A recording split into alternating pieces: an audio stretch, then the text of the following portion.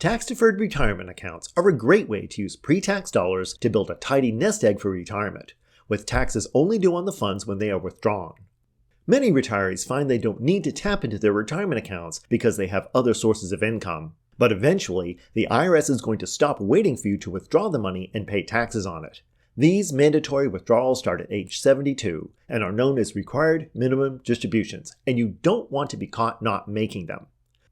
I'm the Tax Geek with required minimum distributions oversimplified.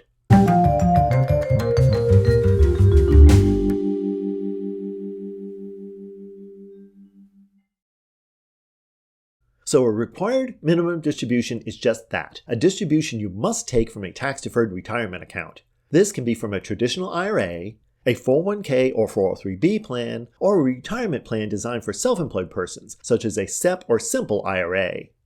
Prior to 2020, required minimum distributions started at age 70.5, but starting in 2021, the age when RMDs were required to start was raised to 72.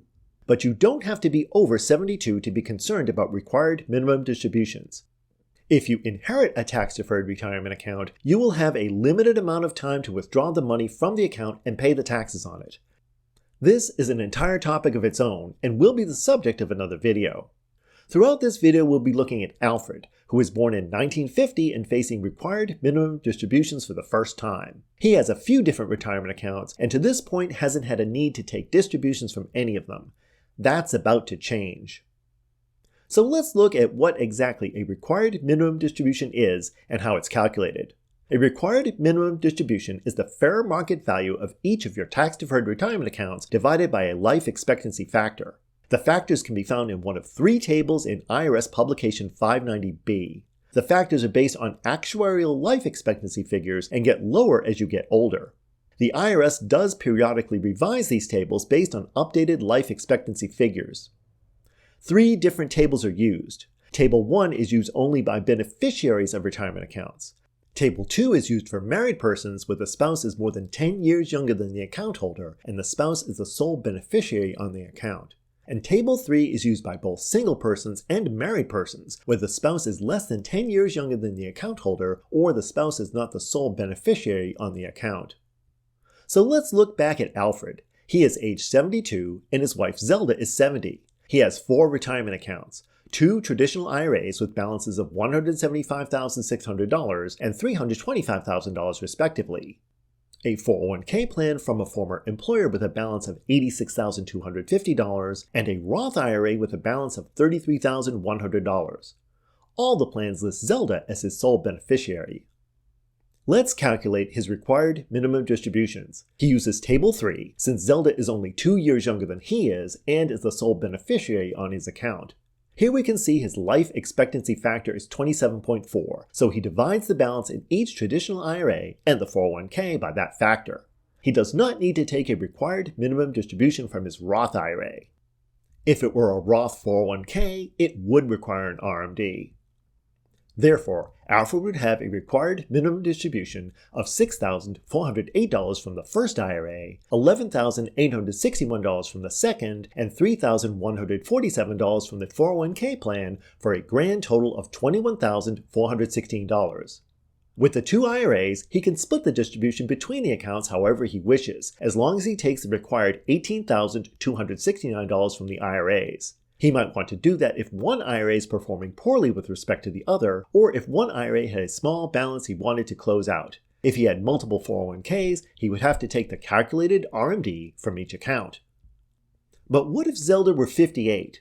In that case, Alfred would use Table 2 to calculate his life expectancy factor. On Table 2, we find the junction of ages 72 and 58 to arrive at a life expectancy factor of 30.3, which significantly lowers his total RMD to $19,368. If Alfred was still working for the company where he has the 401k account, he could delay taking RMDs until after he leaves the company. For his first required minimum distributions, Alfred has the option to delay them until April 1st of the year he turns 73, but he would have to take an additional RMD from his accounts before the end of that year. So Alfred could take his $21,416 required minimum distribution as late as April 1st, 2023, but by December 31st, 2023, he would have to take another RMD of approximately $22,400, assuming a 5% return on investment on each account.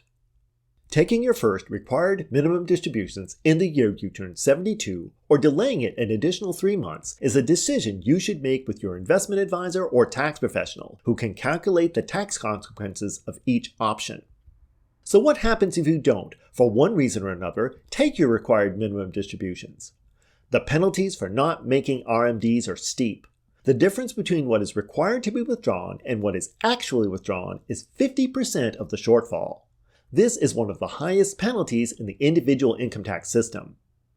But most people don't need to be concerned with these penalties, or even calculating the required minimum distributions, because most retirement account custodians will calculate the RMDs for you and automatically send you a check or transfer the funds to a non-tax deferred account. In either case, you will receive a Form 1099-R, the contents of which would be reported on your tax return.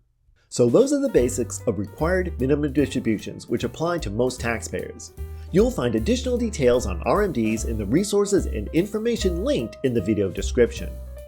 If you found this video informative, do the channel a favor by both liking the video and subscribing to see more of them. Please share this video with anyone who would find it useful. And of course, your questions, comments, and suggestions are always welcome in the comment space below.